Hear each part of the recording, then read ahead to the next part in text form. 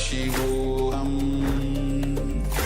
Om Nityananda Paramashivoham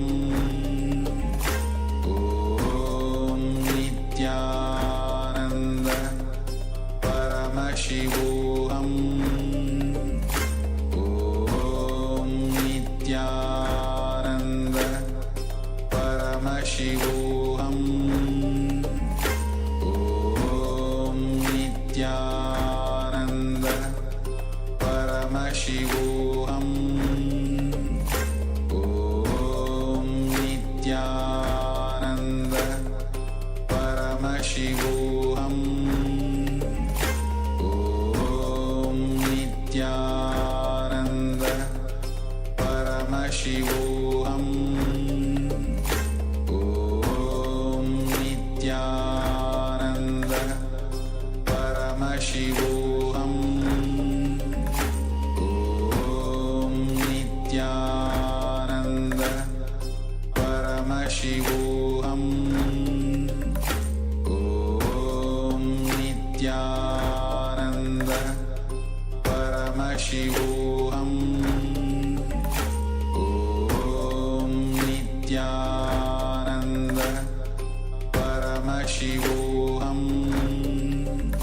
Om Nityananda Paramashivoham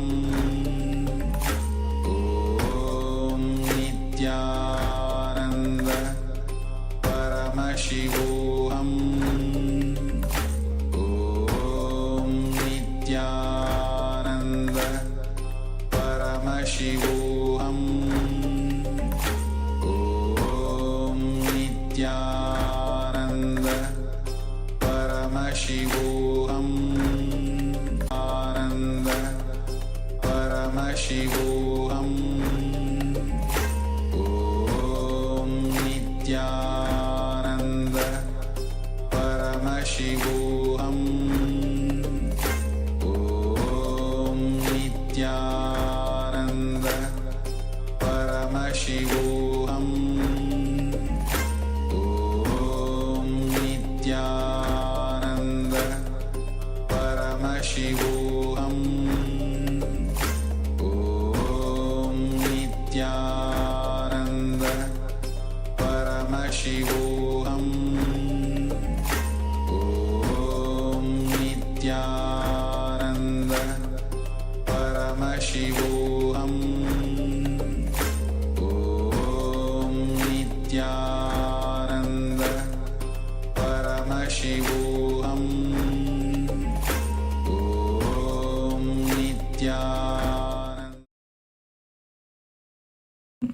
We welcome all the Paramashivoham Level 2 participants to the first session of the day, Nityananda Yoga.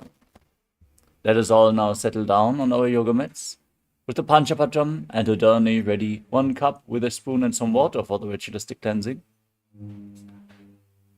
Apply the Vibhuti and Kumkum. All the male bodies, please remove your upper cloth and apply the Vibhuti on the 16 places over your body where the Prakshamala, the Abharanam, and settle down on the mat in a comfortable cross-legged position with your head, neck, and spine in a straight line, the hands in Namaskara Mudra in front of your heart center. Close your eyes, take a deep breath, visualize Swamiji as we chant the Satguru Vandanam. Nityanandam Paramasukhadam Kevalam Jnanamurtim Dandvatitam Gaganasadrisham Tattvamasyadilaksham Ekam Nityam Vimalamachalam Sarvadhi Sakshi Bhutam Bhavatitam Trigunarahitam Sadgurum Tam Namami. Next, we are going to invoke Paramashiva's presence by chanting the Shiva Mula mantra. Om Ham Haum Shivaya Namaha 11 times. Please follow along internally. Om Ham Haum Shivaya Namaha. Om Ham Haum Shivaya Namaha. Om Ham Haum Shivaya Namaha. Om Ham Haum Shivaya Namaha. Om Ham Haum Shivaya Namaha. Om Ham Haum Shivaya Namaha. ॐ हां हौं शिवाय नमः ॐ हां हौं शिवाय नमः ॐ हां हौं शिवाय नमः ॐ हां हौं शिवाय नमः ॐ हां हौं शिवाय नमः. Next up is the Tattvachamanam, the ritualistic cleansing. Now, take your Panchapatam and Udani. Keep your right hand in the Gokarna Mudra in the shape of a cow's ear. Take one Udani of water, 1 spoon of water, and pour it into your right palm. Each time the word Swadha is chanted, sip the water from the bottom of your palm and take another Udani of water. Om आत्मतत्त्वं शोधयामि स्वधाम् Om विद्यातत्त्वं शोधयामि स्वधाम् Om शिवतत्त्वं शोधयामि स्वधाम्. Now wash your right hand with the water from the Panchapatam and wipe your lips twice with the bottom of your right thumb as you chant. ॐ हां हृदयाय नमः. Now wash your hand again. With your index, middle and ring finger joined together, touch above the upper lip and below the lower lip. Then wash your hand again. With your index finger and thumb joined together, touch your right nostril and your left nostril. With the ring finger and thumb, touch your right eye, your left eye, your right ear, and your left ear. Then wash your hand again. With your little finger and thumb, touch your navel, your right chest, and your left chest. And with all the fingertips joined together, touch the crown of your head, the right shoulder, the left shoulder, and your heart center. Wash your hand again. Then place your right hand over the left and place both hands on the right thigh. Close your eyes and set a sankalpa. Make a conscious resolution. Declare what you want to manifest in today's Nityananda Yoga ritual. Hold the visualization of what you want to manifest as we chant the sankalpa mantra. ॐ ममोपात्त समस्त दुरितक्षयद्वारा भगवत् श्री नित्यानंद परमशिव प्रीत्यर्थम श्री नित्यानंदेश्वरी परमशिव शक्ति समेत श्री नित्यानंदेश्वर परमशिव प्रीत्यर्थम च अद्य पूर्वोक्त एवं गुण विशेषेण विशिष्टायाम् अस्यां शुभतिथौ पूर्ण आरोग्य युक्त दृढगात्र यौगिक शरीर सिद्ध्यर्थम परमशिव शक्ति आविष्करणार्थम नित्यानंद योगाभ्यासं करिष्ये. Now wash your right hand once more. ॐ अप उपस्पृश्य. And keep your Panchapatam and Udani aside out of harm's way, so we can safely enter into the ritual of Kailasa's Nityananda Yoga.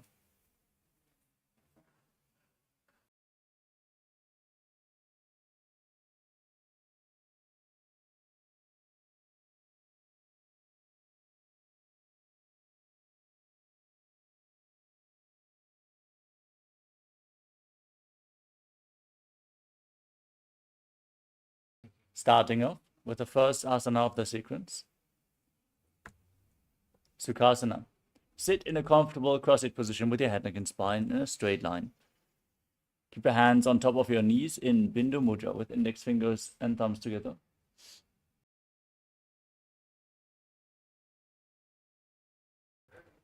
Gaze forward as you visualize Lord Shiva in your inner space. Embody Lord Shiva. As you breathe in Samana Kumbhaka, inhale deeply into your navel region and hold your breath. Then exhale fully and again hold your breath. Do this again and again, visualizing the digestive fire in your stomach kindled and rising up. Engage Mahamudra Bandha, the combination of the Mula Bandha, the root lock, contracting your perineal floor and pulling it up. Uddiyana Bandha, the abdominal lock, contracting your muscles above and below your navel and pulling your stomach in and up towards your spine. And the Jalandhara Bandha, the throat lock, tucking your chin to the chest and internally contracting your throat muscles, locking your throat. तत्सुखासनमित्युक्तम् अशक्तस्तत्समाचरेत् आसनं विजितं येन जितं तेन जगत्त्रयम्. The next asana is Parvatasana. Throughout the first few asanas, internally repeat the japa soham as you visualize it rotating around your throat in a circular manner. Now place your feet on top of opposite thighs in Padmasana. Join your hands in Anjali Mudra and raise them up above your head. Keep your elbows straight. Engage Mahamudra Bandha, all three bandhas, root lock, abdominal lock, and throat lock, as you visualize yourself as Mount Kailash. अथ वक्ष्ये महादेव पर्वतासन मंगलम यत्कृत्वा स्थिररूपी स्यात् षट्चक्रादिविलोपनम्. Next up is Halipavasana. Now extend your feet away from the body and keep the soles of the feet together. Interlock your fingers behind your back and lean forward and down. Place your forehead on the ground behind your heels, gaze to your nose, and perform Mahamudra Bandha as you visualize Swamiji in your inner space. पूर्वविधियाहु मे जानो उभय पगथली संपुट ठानो पिष्ट पछेदो वो करल्यावो दक्षिण करसो वाम गहावो. If any of the participants have any questions related to the components, such as the asana, the pranayama, and so forth, you can simply place your questions in the chat. We will respond to you and make sure the questions are being clarified. Let us now move on to the next asana, which is Nagipavasana. With the soles of the feet together in front, extend your arms out in front, cup your palms and place them on the ground in front of your feet. Gaze to the tip of your nose. As you bring your forehead to the ground behind your heels, engage Mahamudra Bandha and visualize yourself as a snake. पूर्वविधि परियागाने नीचौहौ वी कहूनि फणास्यो लगाई हाथ आगाने धरती लगावे पसारी दो वो हाथ की अंजुली करे. Now, keep your hands in Prana Mudra with index and middle fingers together, the thumbs holding on to the little and ring fingers. Hook your index and middle fingers around the big toes, extend your legs forward and up, and then cross them into Padmasana. Lean forward and down onto your elbows. Perform Mahamudra Bandha, all three bandhas, and visualize yourself as a bird in Kukilasana. अथान्यदासनं वक्ष्ये येन सिद्धो भवे नरः अकस्माद् वायुसञ्चारं कोकिलाख्यासनेन च. The next asana is Neti Asana. Now, stack your knees and ankles. Hold on to opposite elbows and start rotating your arms in a circular motion. Gaze to the nose, engage all three bandhas and visualize Swamiji in your inner space. And every once in a while, change the direction of the movement in Neti Asana.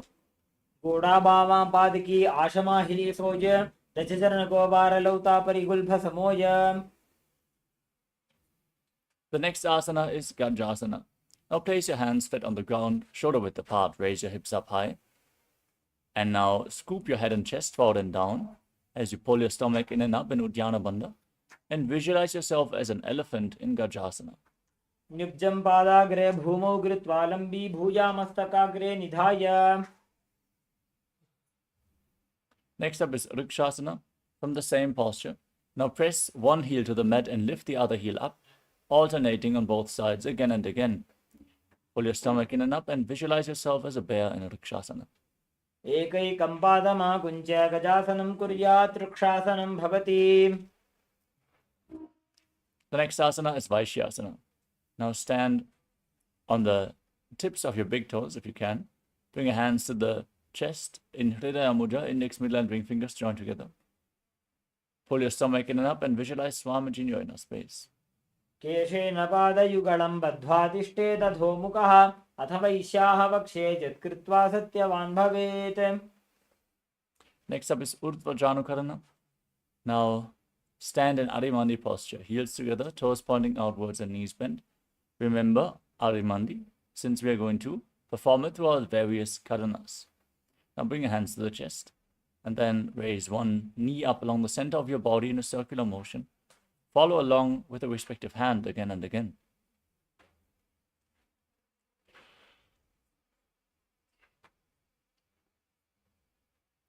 Next up is Bala Lingasana. Now interlock your fingers from the outside in Sarva Shankari Mudra. Raise one knee up towards your chest and pull it close with your hands. As you engage all three bandhas, visualize yourself holding a baby.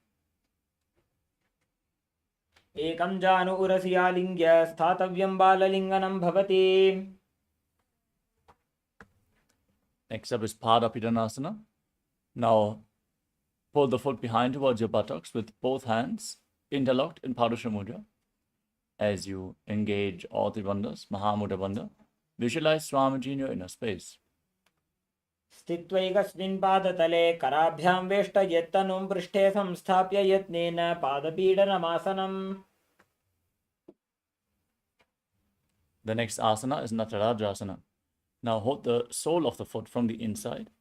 Kick the leg back and up as you lean forward with the other hand extended forward in Bindu Mudra. Visualize yourself as Lord Nataraja. उत्तानपादं क्रौञ्चं च मरीचिं वीरभद्रकं नटराजं त्रिकोणं च सुप्ताङ्गुष्ठप्रसारणे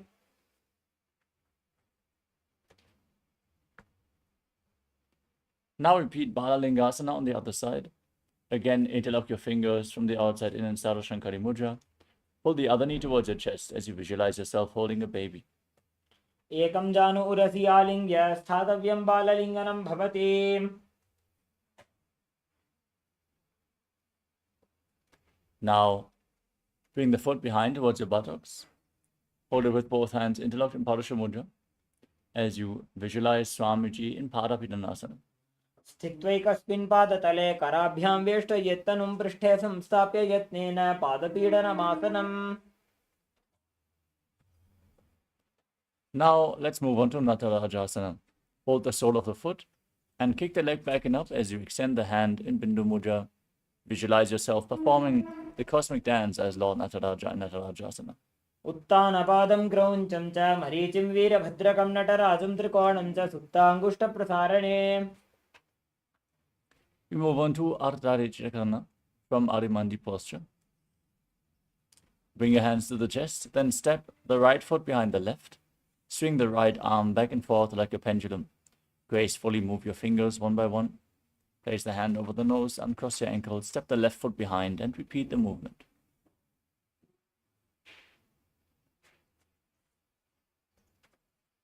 Next up is the skeleton dance. Now visualize yourself as a skeleton and shake your body intensely.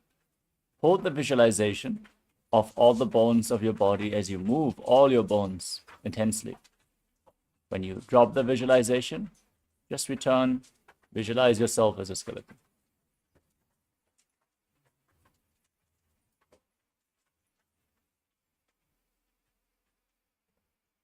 Next up is Katichina Karana from Arimandi position. Cross your arms over top of your head with the palms facing back. Open your arms to one side, inhale. Cross them back to the center, exhale. And repeat this on both sides again and again.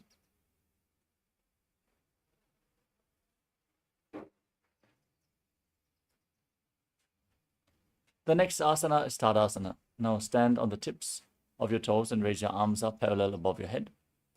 Visualize yourself as a palm tree as you perform Mahamudra Bandha or Tribandhas and internally chant the new japa Shivoham. महामुद्राबद्धको नौ ताडासन विभेदकान् विनोत्तानं सदा कुर्यादन्तर्वत्नी पतिप्रिया.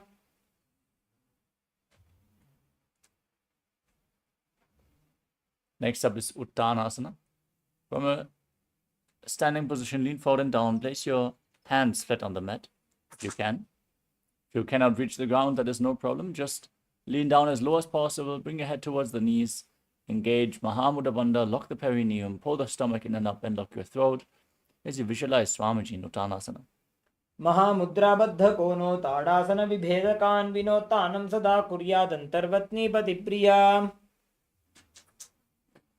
Now, walk your hands forward, step your feet back into a tall plank position, Tadakshvasana. Lock your chin to the chest and start rotating your head from side to side as you visualize Swamiji in your inner space. गजासनवस्थित्वा मस्तकं वारं वारं दक्षिणकुक्षिं सव्यकुक्षिं नयेत्. Now, lay down on your stomach.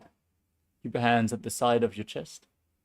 As you raise your head and chest up with the strength of your lower back, open your mouth and inhale through the hollow of your throat in Bhujangani Mudra as you visualize yourself as a cobra in Bhujangasana.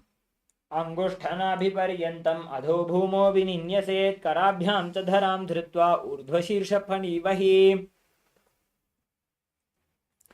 Now push your body back up into the plank position and alternate pulling one knee in towards your chest back and forth as you breathe calmly through your nose in Sahadra Kumbhaka, leading the prana along your spine and holding the breath on and off in the various energy centers along your spine as you visualize Swamiji in Shashasana.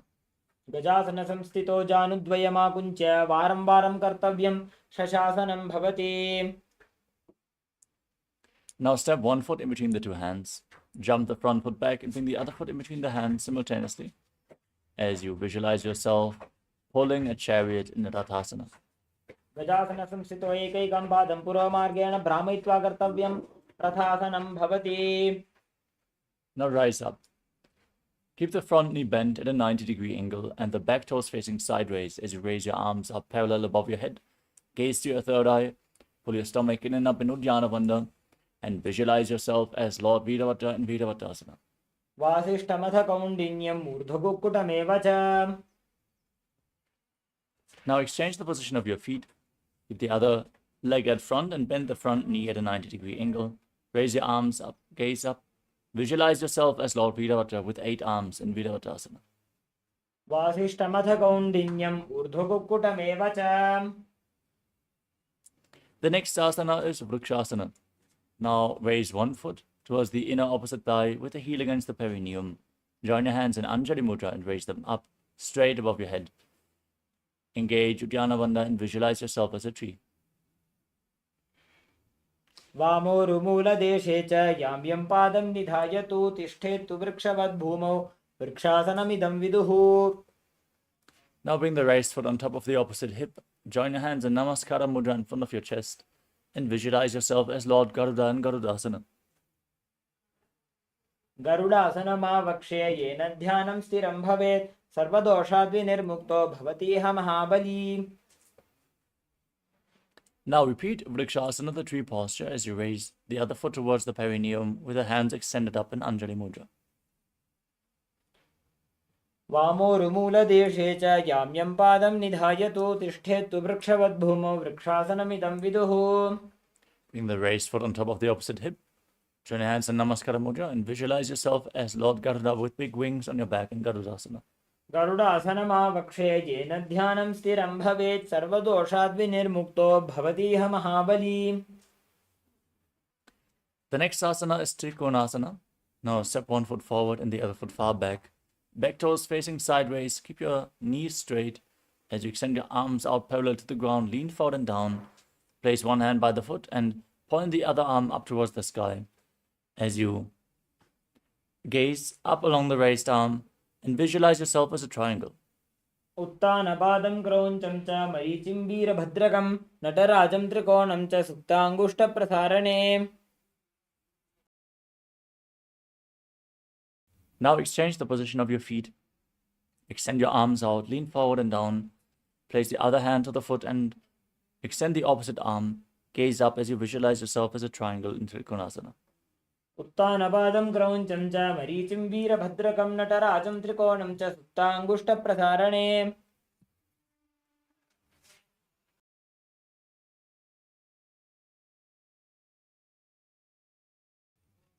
Next up is Nikuttaka Karana.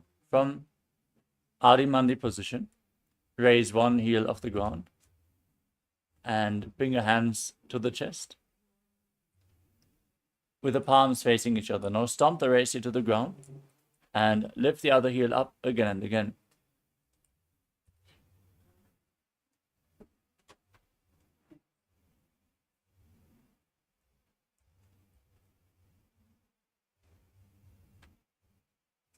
The next asana is Angushtasana. Now lower your body down to the ground. Sit on raised heels with the toes tucked, knees off the ground. Join your hands in Namaskara Mudra in front of your heart center. As you visualize Swamiji in your inner space, start buzzing like a bee on the inhalation and exhalation as you internally chant the new japa Satashivoham. कबन्धासनमित्याहुः गोरक्षासनमेव च अङ्गुष्ठमुष्टिकं ज्ञेयं ब्रह्मप्रासादितं तथा. Now extend one leg forward and keep the hands at the side, palms facing forward in Vara Mudra with the fingertips barely touching the ground. As you visualize Swamiji, keep buzzing like a bee in Saurasana. प्रसार्य एकं पादतलं संस्थाप्यत्वेकपादकम्.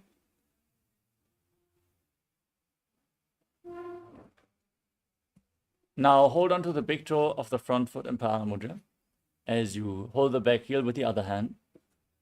Visualize Swamiji and balance in this posture in Vidunanasana. गुल्फस्थितो पादमेकं प्रसार्य तत्पादाग्रं संस्पृशेत् तत्करेण.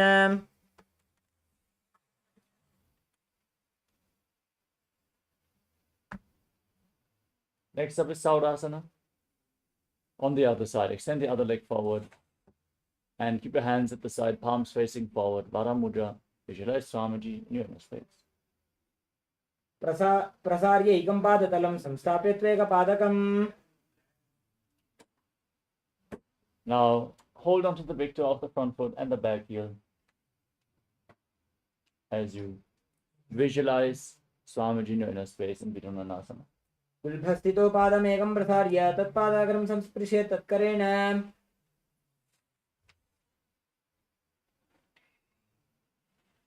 The next asana is Brahma Drankushasana. As you step both feet in, sit on raised heels. Separate your knees slightly and place your hands on top. With the palms facing up, gaze down through the gap between the hands and visualize Swamiji. Keep pausing like a bee in Brahma Drankushasana.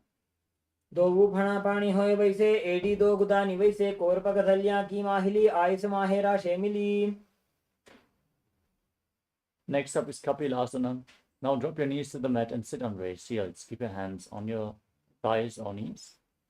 Gaze towards the tip of your nose. Pull your stomach in and up in Uddiyana Bandha.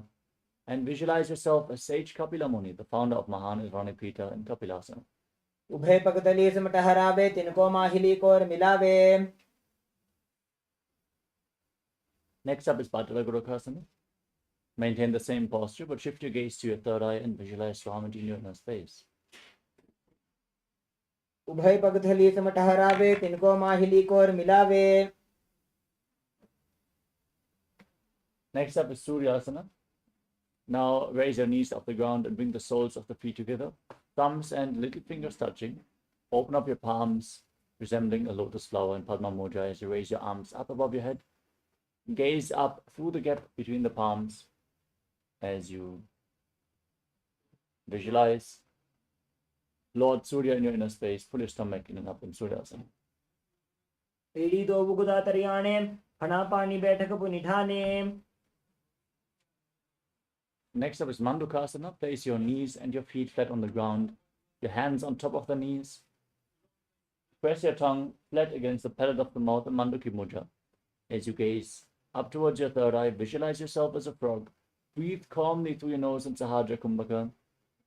And internally chant Sadashivoham again and again in Mandukasana.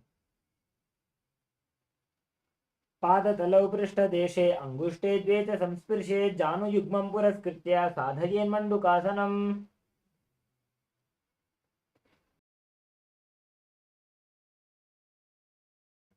Now maintain your legs in the same position. Cross your hands behind your back. Hold on to opposite shoulders with your elbows close to your head. Gaze up towards your third eye.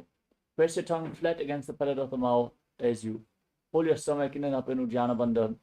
And visualize yourself as a frog in Uttana Mandukasana. मण्डुकासन मध्यस्थं कुर्पराभ्यां धृतं शिरः. Now cross your feet and sit on the raised heel. Place your hands on the knees.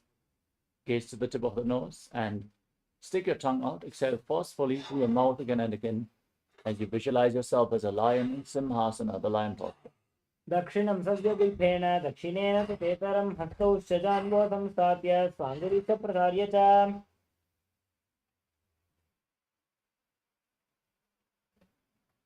Next up is Bhadrasana. Now join the soles of your feet with the toes pointing back. Cross your arms behind your back as you sit on your heels. Hold onto the big toes in Prana Mudra with index and middle fingers. Tuck your chin to the chest and lock your throat in Jalandhara Bandha. As you gaze to the tip of the nose, visualize Swamiji and return to buzzing like a bee in Brahmari Kumbhaka. गुल्भौ च वृषणस्याधो व्युत्क्रमेण समाहितः.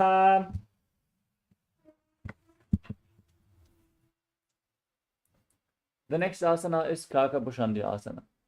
As you sit on your feet with the knees raised. Bring your arms in and around the legs and interlock your fingers behind your back in Padasha Mudra if you can. Gaze to the tip of the nose and visualize yourself as a crow in Kakabhushandya asana.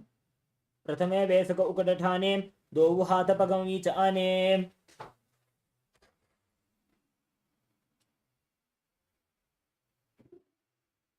Next up is Kani Pavasana. Now place your hands flat on the ground, shoulder width apart. Bring your knees onto your arms towards your armpits. Lean forward, find balance. Lift your feet off the ground. Balance on your arms as you visualize Swamiji in Asana. आसन को गुण आशीदुष्टा होई तो आची होई. The next asana is Kapali Asana, the first inverted posture of this sequence. We are requesting all the participants who suffer from any neck or spine injuries, as well as high blood pressure, and also women who are currently in pregnancy, to not perform any of the inverted postures before you consult your doctor and request whether they are safe for you to perform. All the pregnant women also, please do not perform any of the forward bends of this sequence. Now, fix your gaze at the tip of the nose as you place your head on the mat. Raise your hips up, your knees on your arms, and extend your legs up straight into a headstand. Visualize Swamiji in your inner space as you keep pausing like a bee in Kapali Asana. शीशा धरती टेकी पग दो भूमि लिवाऊ चाकू करे. Gently lower your legs down. And now, moving on to Rechaka Kumbhaka. Exhale deeply and hold your breath after every exhalation. In a squatting position with your hands flat on the ground, twist your body to one side, align one knee with your hip, one knee and one hip with your elbows. Lean forward, extend your legs out to the side as you balance on your arms. Gaze to your third eye and visualize yourself as a peacock in Paramashivoham. मयूरं दंडवत् कुर्यान् मायूरं दंडनामकम्. Now twist your body to the opposite side. Align the knee and the hip with your elbows. Gaze up and visualize yourself as a peacock in Paramashivoham on the other side. मयूरं दंडवत् कुर्यान् मायूरं दंडनामकम्. Now walk your hands forward into the plank position, Asana. Step one foot outside the shoulder in between the two hands. As you gaze to your third eye, push your hips forward. Stretch your calves as you visualize yourself as Lord Kala Bhairava in Bhairaganatha. आसन को गुण पीती जाई. Step the front foot back and now bring the other foot outside the shoulders in between the two hands. Gaze up and visualize yourself as Lord Kala Bhairava in Bhairaganatha on the other side. आसन को गुण पीती जाई. Now step both feet back and bring your forearms to the mat. Keep your hips raised. Walk your feet slightly forward to raise your hips even more. Try to bring your feet flat on the mat. Gaze to your third eye and visualize Swamiji in Unmukha Pitasana. भून्यस्तौ जानुनी हस्तौ चतुष्पदमवाङ्मुखम्. Rise up onto your hands and now rotate your body and lift one arm up towards the sky. Keep your body straight as a plank. Neither dip nor bulge in this position as you visualize yourself as Sage Vashishta and Vashishtasana. ऊर्ध्वकुक्कुटवासिष्ठमरीचिहलमत्स्यकं परिवृत्तिं चोदरस्य विविधं धनुरासनम्. Now rotate your body to the other side. Lift the other arm up. Gaze up along the raised arm as you repeat Vashishtasana. ऊर्ध्वकुक्कुटवासिष्ठमरीचिहलमत्स्यकं परिवृत्तिं चोदरस्य विविधं धनुरासनम्. Now step your feet forward. Bring your hands underneath the buttocks with the palms facing up. Gaze towards the tip of your nose as you lock your chin to the chest in Jalandhara Bandha. Internally chant the new japa Paramashivoham as you visualize yourself as Lord Hanuman in Anjani Asana. दोबू करकी ube हथेली कोरवारेली मैले भेली. With your legs extended forward, now catch a hold of your big toes in Prana Mudra.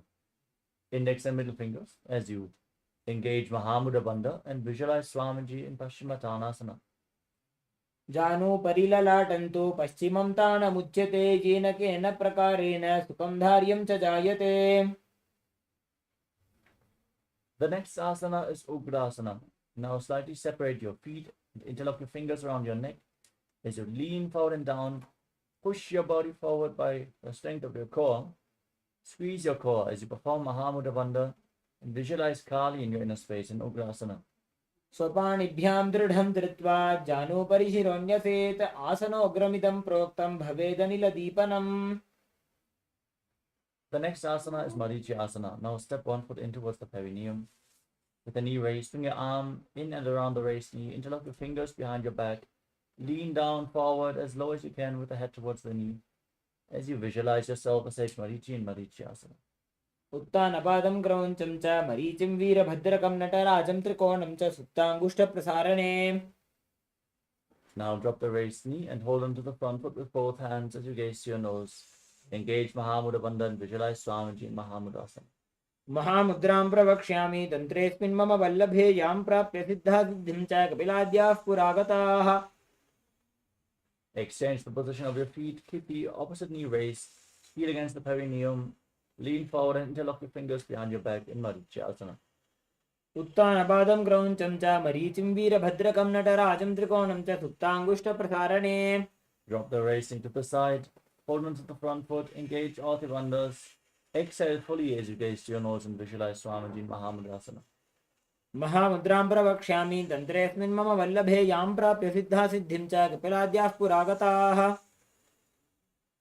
Now bring both your heels against the perineum with the soles of the feet together. Interlock your fingers around the toes.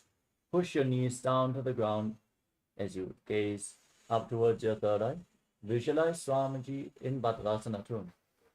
गुल्भौ तु वृषणस्यादः सीवन्त्याः पार्श्वयोः क्षिपेत्. Next up is Gvalipavasana. Slightly extend your feet away from the body and keep your hands on the respective knees. Lock your chin to the chest in Jalandhara Bandha. Gaze to your nose and visualize Swamiji in your inner space. पूरव चरपट चौक कख्यो सोई वाही विधि जो कीजे सोई. The next asana is Joni Asana. Now bring the feet in towards your perineum.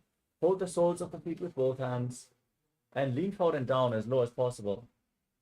As you gaze towards the tip of the nose, visualize Yoni Mandala, the visual representation of Devi Paramashivoham Shakti.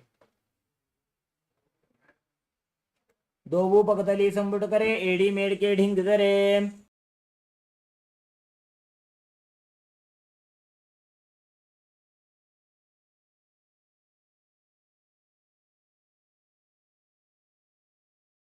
The next asana is Midakipavasana. Now extend your feet away from the body with the toes together, with the heels together, toes apart. Extend your arms out to the side and place your forehead on the ground behind your heels.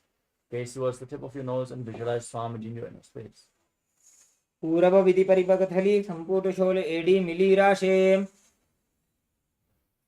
Now bring your feet back in towards the perineum. Toes together, heels apart. Bring your hands underneath the shins with the palms facing up. Elbows on the ground and rest your face on the mat in front of your feet with the toes against your throat. As you gaze to your nose and visualize Lord Surya in your inner space in Siddha Samadhi Asana. दोवो पकतली संबुट करे 16 मेढ़ आगा में धरे. The next asana is Chinakipavasana. With the heels together, toes apart. Hold onto your feet and open them up like a book as you press your elbows onto your thighs. Gaze towards the tip of your nose and visualize Swamiji in your inner space. दोवो पगागी एड़ी धरती मगिवा मेढ़ लगावे.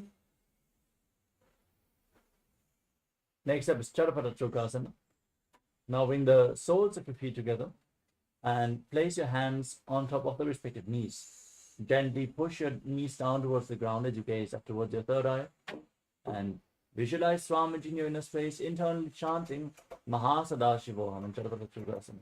दोवो पकतली संपुट धारे आगा ने करे जारे पसारे. Next up is Bhairavasana. With the soles of the feet together, raise your heels off the mat and bring the toes down. You can use the support of your hands if needed.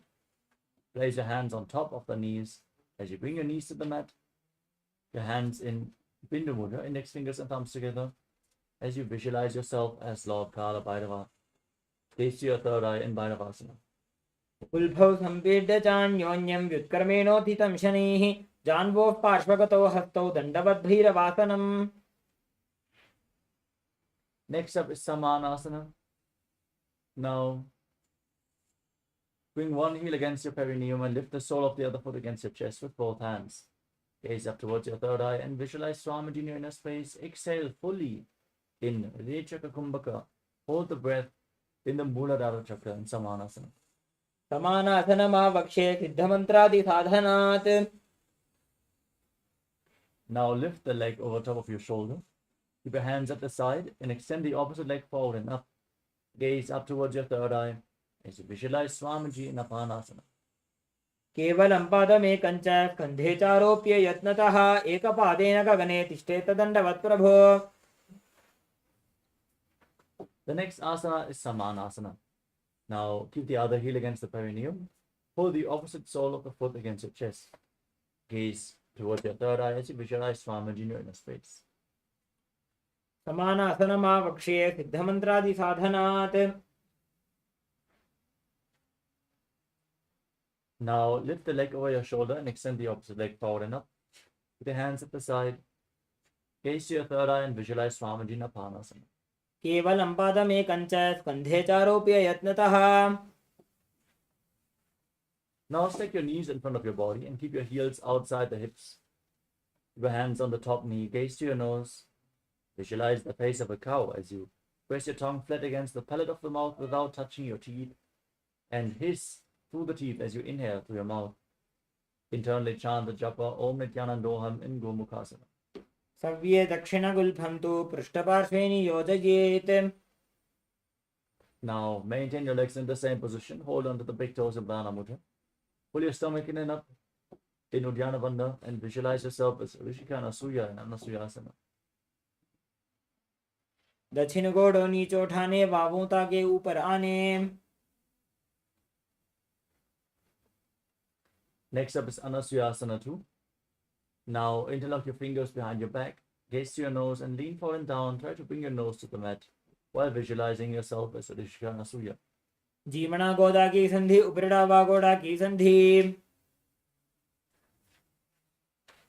Now place the right foot flat, bring the left heel against the perineum with your hands on the respective knees. Gaze to your nose and visualize yourself as Lord Garuda in Garudasana 2. Davos पग मोड़ी AD माहिलो गुल्फमूल द्वार नीचैदे. Now interlock your fingers around your neck and twist your elbows around the raised knee as you sit on the heel with your perineum. Gaze up towards your third eye and visualize yourself as Sage Narada and Naradasana. पिष्टिज वाम पगदली केरी भूपरिता ही लगावे फेरी. Next up is Matsya Pitakasana. Now place the left foot on top of the right thigh and hold on to the right shin with your left hand and the right big toe with your right hand in Prana Mudra. Gaze to your nose and visualize Matsya, the fish avatar of Lord Vishnu in Matsya Pitakasana. वामेन वामांगुष्ठं तु गृहीतं मत्स्य पीठकम्.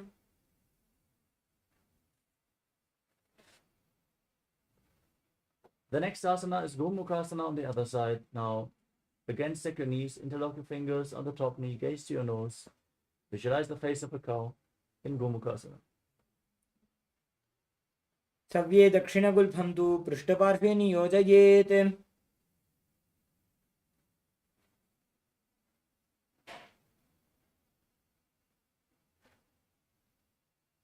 The next asana is Anasuyasana. Hold on to the big toes in Prana Mudra. Pull your stomach in and up and gaze to your nose as you visualize yourself as Rishika Anasuya. दक्षिण गोड़ों नीचे उठाने बाहों ताके ऊपर आने. Now interlock your fingers behind your back and lean forward and down. Bring your nose to the mat if you can, and you bring the chin over the knees in Anasuyasana too. जीमणा गोदा की संधि उपरिड़ा वागोड़ा की संधि. Now step the left foot flat and bring the right heel against your perineum. Hands on the respective knees.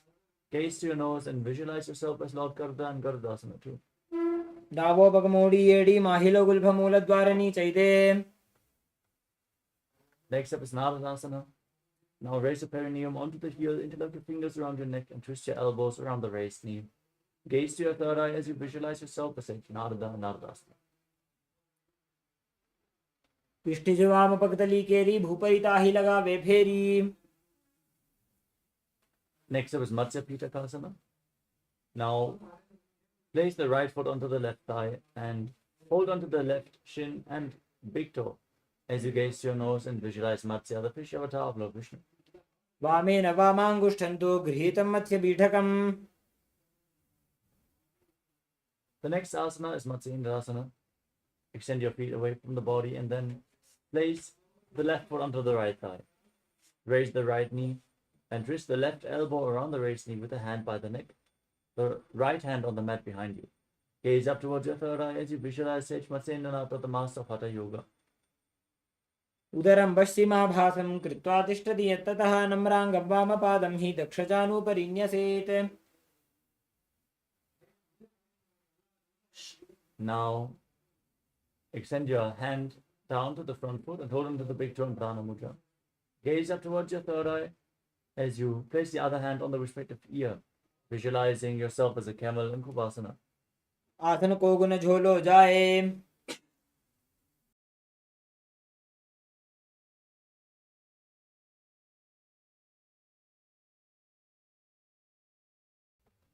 The next asana is Matsendrasana 2. Now place the hand down from your ear towards the ground behind you. Keep holding onto the front foot as you gaze to your third eye and visualize Sage Matsendranath. मत्स्येन्द्रपीठं जलरप्रदीप्तिं प्रचण्डरुक्मण्डलखण्डनास्त्रम्. Now stretch your legs out and place the right foot on the left thigh with the left knee raised. Twist the right elbow around the raised knee. Place the right hand by the neck, the left hand on the ground behind you. Gaze up. Visualize Sage Matsendranath and Matsendrasana on the other side. उदरं पश्चिमाभासं कृत्वा तिष्ठति यत्ततः. Now extend the front hand to the foot. Hold on to the big toe in Prana Mudra as you hold on to the back ear with the other hand. Gaze to your third eye and visualize yourself as a camel in Kubasana. आसन को गुण झोलो जाए. Next up is Matsendrasana 2. Now keep holding onto the front foot as you place the other hand on the ground behind you. Gaze to your third eye and visualize Sage Matsendranath and Matsendrasana 2. मत्स्येन्द्रपीठं जलरप्रदीप्तिं प्रचण्डरुक्मण्डलखण्डनास्त्रम्. Now place your feet on top of opposite thighs. Sit in the lotus posture as you keep your hands on the knees. Gaze to your nose. Perform Mahamudra Bandha or Bandhas engaged. Visualize yourself as Lord Shiva as you press your tongue against the back of your teeth. Hiss through the teeth as you inhale and internally chant Om Nityananda Mahasadashivoham in Padmasana. आसनं द्विविधं प्रोक्तं पद्मं वज्रासनं तथा. Now cross your hands in front of your body. Hold on to the big toes in Prana Mudra. Visualize yourself as Goddess Parvati, the consort of Lord Shiva in Padmasana 2. उत्तानौ चरणौ कृत्वा ऊरू संस्थौ प्रयत्नतः. Now bring your hands through your legs and place your palms flat on the ground. Breathe calmly through your nose in Sahadra Kumbhaka as you lift your entire body off the mat and balance on your arms. Pull your knees up towards your chest as you visualize yourself as a rooster in Kukkutasana. धरामोष्टभिकरद्वयेन तत्कूर्परिस्थापितानाभिपार्श्वः. Now while sitting in Padmasana, rise up onto your knees. Place your hands on the ground in front of you with the fingers pointing towards your body. Bend your elbows and bring them towards your navel as you lift your knees off the ground and balance on your arms, visualizing Swamiji in Baddha Kiki Asana. धरामोष्टभिकरद्वयेन तत्कूर्परिस्थापितानाभिपार्श्वः. Now extend your legs back.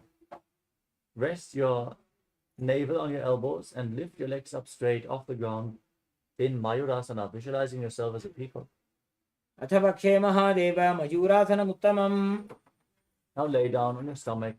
Interlock your fingers around your neck with your forehead on the ground, the toes pointing to the side with the heels on the mat. Visualize yourself as a crocodile in Makarasana. अध्यात्मशेते हृदयं निधाय भूमौ च पादौ च प्रसार्यमानौ.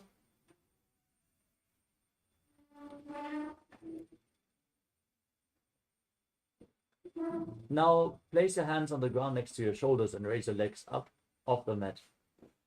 Visualize yourself as a locust in Shalabhasana. अध्यात्मशेते करयुग्मवक्षौ भूमिमोष्टभ्यकरयोस्तलाभ्याम्. Now bend your knees and hold on to your feet. Pull your heels down to the ground outside the hips as you visualize yourself as a camel in Ushtasana. अध्यात्मशेते पदयुग्मव्यस्तं पृष्ठे निधायापि धृतं कराभ्याम्. Now hold on to your feet and kick your legs back and up as you raise your head and chest, gazing up towards your third eye as you visualize yourself as Pinaka Lord Shiva's bow in Dhanurasana. प्रसार्य पादौ भुविदण्डरूपौ करौ च पृष्ठे धृतपादयुग्मम्. Now rise up, come to a kneeling position as you keep your heels outside the hips, toes touching behind your back, hands on top of your knees. Gaze up towards your third eye and visualize Swamiji. Breathe calmly through your nose and internally chant Om Nityananda Paramashivoham in Bhagasana. उल्टा मोड़ी पाव दो वैसे, बहुरो जुगति करे एक ऐसे. We are now going to enter another inverted posture. Set yourself up in front of a wall if needed. As you lean forward and down, place your forearms on the ground, elbows shoulder width apart. Interlock your fingers. Place your head on the mat. Support it with your hands as you raise your hips and extend your legs. Lift your feet off the ground and pull your knees in towards your chest. As you gaze towards the tip of the nose, squeeze your body into a ball and visualize Swamiji in Gohi Asana. दो हाथ की कहुनी जोजी, पुण्य कलाई जाने दोई. Now extend your legs up straight into Shirshasana. Gaze towards the tip of the nose and visualize Swamiji as you breathe calmly through your nose. Engage the Mula Bandha. विपरीतं मण्डलं च द्विधैव विदितं हिनः. Gently lower your legs down and come to a seating position with your legs extended forward. As we are now going to enter a sequence of rapid exhalations in Bhastrika Kumbhaka. Contract your abdomen and push the air out again and again, like the bellows of a blacksmith. We're going to perform the Bhastrika Kumbhaka throughout the next few asanas. Starting off with Podyasana, bring your hands towards the calves and lift your legs up vertically in front of your face. Visualize Swamiji as you exhale rapidly in Bhastrika Kumbhaka. दो हाथ पग बाहर आने, घोड़ा तरे का कसी ठाने. Now bring your hands behind your back, holding onto opposite shoulders. Your legs extended forward and up, gaze towards your third eye and visualize yourself as a mace in Parikasana. उत्तानशयनं कृत्वा पादौ मिलित्वा प्रसार्य. Now extend your arms out in front. Bring your forearms on the ground if needed. Keep your legs extended. Gaze up towards your third eye and visualize yourself as a boat in Naukasana. उत्तानशयनं कुर्पराभ्यां भूमिं वष्टभ्य. Now scoop your hands below the feet and pull them in towards your chest. Keep exhaling rapidly as you gaze to your nose and visualize yourself as Lord Rudra in Rudrasana. भगदली संपुट करी हाथ स्योपक ऊंचाई. Breathe calmly. Lay down on your back. Keep your feet flat, your knees raised. Your palms down on the ground behind the heels. As you push your hips off the mat, lock your perineum, lock your throat. Push the air upward, but prevent it from escaping with the throat lock in Mocha Kumbhaka as you gaze to your nose and visualize Swamiji in Unmukha Pichasana too. ऊर्ध्वे च जानुनी कृत्वा शवित्वोर्ध्वमुखं तथा. Now lay down flat on your back. Your hands at the side of the body, palms facing up. Rest every vertebra on the ground. Relax every muscle in your body.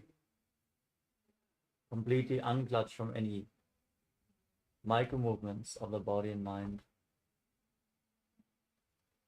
As you visualize your body is dead and Swamiji, the Supreme Pontiff of Hinduism, is liberating you. Internally chant the Mahavakya Om Nityananda Paramashivoham. उत्तानं शववद्भूमौ शयनं तु शवासनं. शवासनं श्रान्तिहरं चित्तविश्रान्तिकारणम्.